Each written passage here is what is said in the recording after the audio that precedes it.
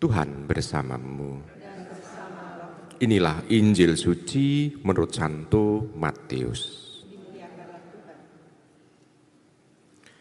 Sekali peristiwa, Yesus bersabda kepada murid-muridnya, "Setiap orang yang mau mengikuti aku harus menyangkal diri, memikul salibnya, dan mengikuti aku. Karena barang siapa mau menyelamatkan nyawanya akan kehilangan nyawanya. Tetapi barang siapa kehilangan nyawanya karena aku, ia akan memperolehnya. Apa gunanya bagi seseorang jika ia memperoleh seluruh dunia, tetapi kehilangan nyawanya? Apakah yang akan diberikannya sebagai ganti nyawanya? Sebab Anak Manusia akan datang dalam kemuliaan Bapanya diiringi malaikat-malaikatnya. Pada waktu itu ia akan membalas setiap orang setimpal dengan perbuatannya.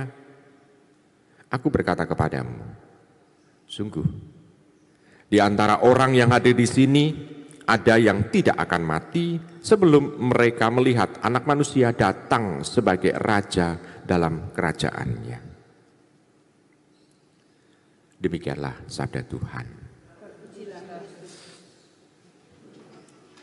Ibu, Bapak, Saudari, Saudara terkasih dalam Tuhan. Dalam bacaan Injil di sini, Tuhan Yesus mengajak kepada kita supaya tahu persis apa yang menjadi prioritas dalam kehidupan beriman kita, yakni mau mengikuti Tuhan.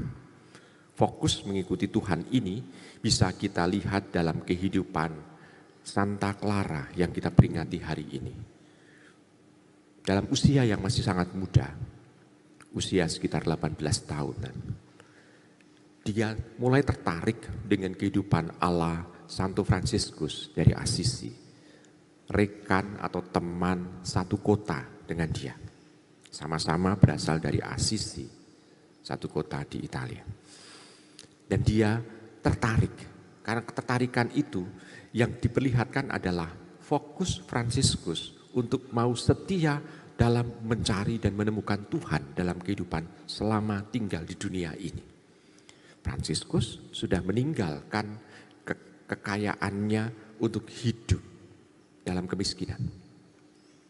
Clara tertarik dan akhirnya dalam usia 18 tahun dia memutuskan untuk meninggalkan istana orang tuanya karena saking besarnya rumah orang kaya pada waktu itu.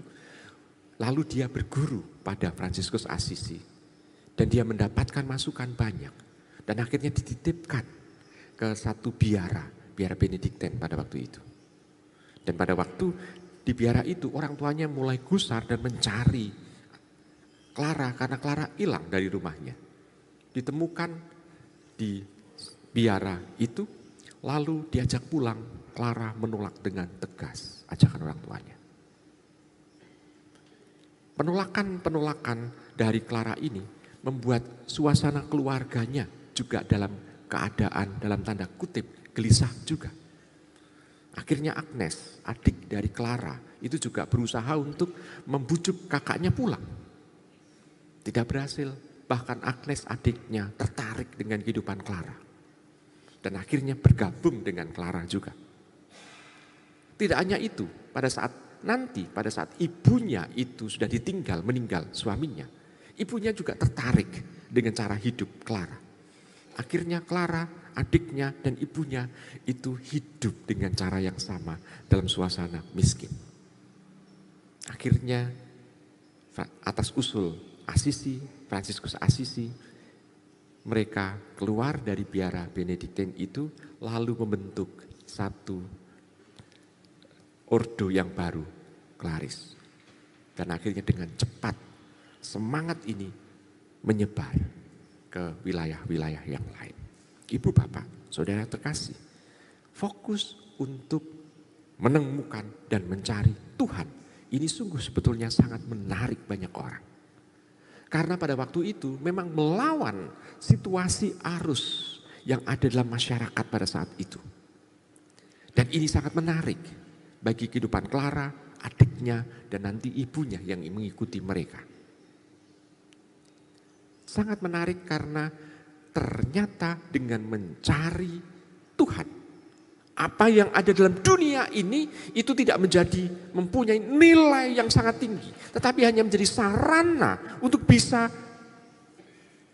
kumpul, berjumpa dengan Tuhan dan bisa merasakan bagaimana kebahagiaan Tuhan, kasih Tuhan itu sungguh sangat berlimpah, dan mereka akhirnya mampu untuk membagikan apa yang mereka miliki untuk kehidupan orang-orang yang memang sangat membutuhkan. Dan di situ mereka menemukan Tuhan dalam diri orang-orang yang membutuhkan itu. Ketertarikan inilah yang membuat mereka itu sungguh sangat menarik cara hidupnya.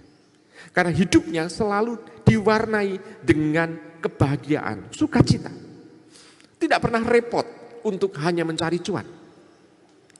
Karena sukacitanya sungguh-sungguh tampak nyata sehingga menarik banyak orang. Sedangkan kalau kita sudah terbiasa untuk dalam hidup di dunia ini dan kita mencari untuk orang dengan alasan kalau orang bekerja kan selalu mengatakan, oh saya mencari sesuap nasi. Padahal bersuap-suap, tidak hanya sesuap nasi tapi ada banyak sekali yang masuk sehingga orang menjadi gembul gitu ya. Saya tidak tidak untuk mengatakan atau merendahkan orang yang gemuk karena terlalu banyak makan, enggak. Tetapi orang seringkali tidak ngontrol lagi untuk makan. Sehingga orang seringkali dilupakan apa menjadi prioritas dari kehidupan ini. Orang mencari Tuhan dan itu karena mendatangkan sukacita. Sehingga orang tidak lagi memikirkan hal-hal duniawi. Karena hal-hal duniawi adalah sarana untuk mendapatkan atau istilahnya membiayai cara hidup untuk sampai kepada Tuhan. Ini sebagai sesuatu yang bisa kita lihat untuk contoh dalam kehidupan ini. Dia tidak kehilangan nyawanya karena justru dengan dia mencoba untuk melawan situasi duniawi yang ada itu, dia menemukan harta surgawi yang sungguh dia cari dan dia tidak bisa membelinya. Uang tidak bisa untuk membeli keselamatan. Justru dengan cara memperlakukan uang sedemikian rupa, dia dapat memperoleh kehidupan surgawi itu. Nah, ibu bapak, saudara terkasih dalam Yesus Tuhan, kita diajak untuk itu. Karena kita juga tidak bisa membeli kehidupan ini. Kita ambil contoh saja, di rumah sakit kita tidak bisa membeli yang namanya hidup. Kita tidak bisa membeli yang namanya kesehatan. Karena hidup dan kesehatan adalah anugerah dari Allah. Yang kita beli kalau di rumah sakit kan yang kita beli adalah obat-obatan. Bukan hidup, bukan kesehatan. Namun usaha masuk rumah sakit juga dibutuhkan. Kenapa? Karena ini adalah usaha manusiawi, usaha duniawi untuk bisa kita mempertahankan kesehatan ini. Dan kalau kita memperlengkapinya dengan doa, kita akan mendapatkan kehidupan dan juga keselamatan yang sempurna dari Allah. Jadi kita tidak meninggalkan, oh kalau demikian kalau sakit tidak perlu untuk berobat. Karena itu adalah anugerah dari Allah. Kalau begitu saya berdoa saja. Bukan itu.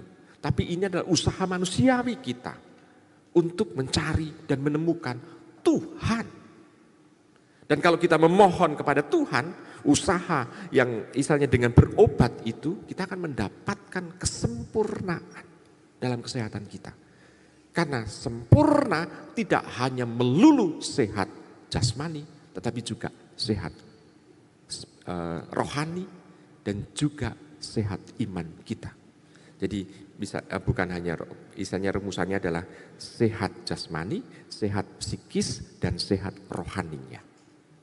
Itu kan mendapatkan istilahnya keutuhannya secara pribadi. Kalau sehat kan harus holistik, bukan hanya badani saja. Nah, ibu bapak, saudara terkasih, maka kita tetap harus tahu fokus utama dalam hidup ini, yakni Tuhan. Maka mari kita belajar dari Santa Clara ini untuk mencoba mendapatkan sukacita, kegembiraan, kebahagiaan dalam kehidupan yang hanya menggantungkan melulu kepada penyelenggaraan Tuhan. Selamat merenungkan.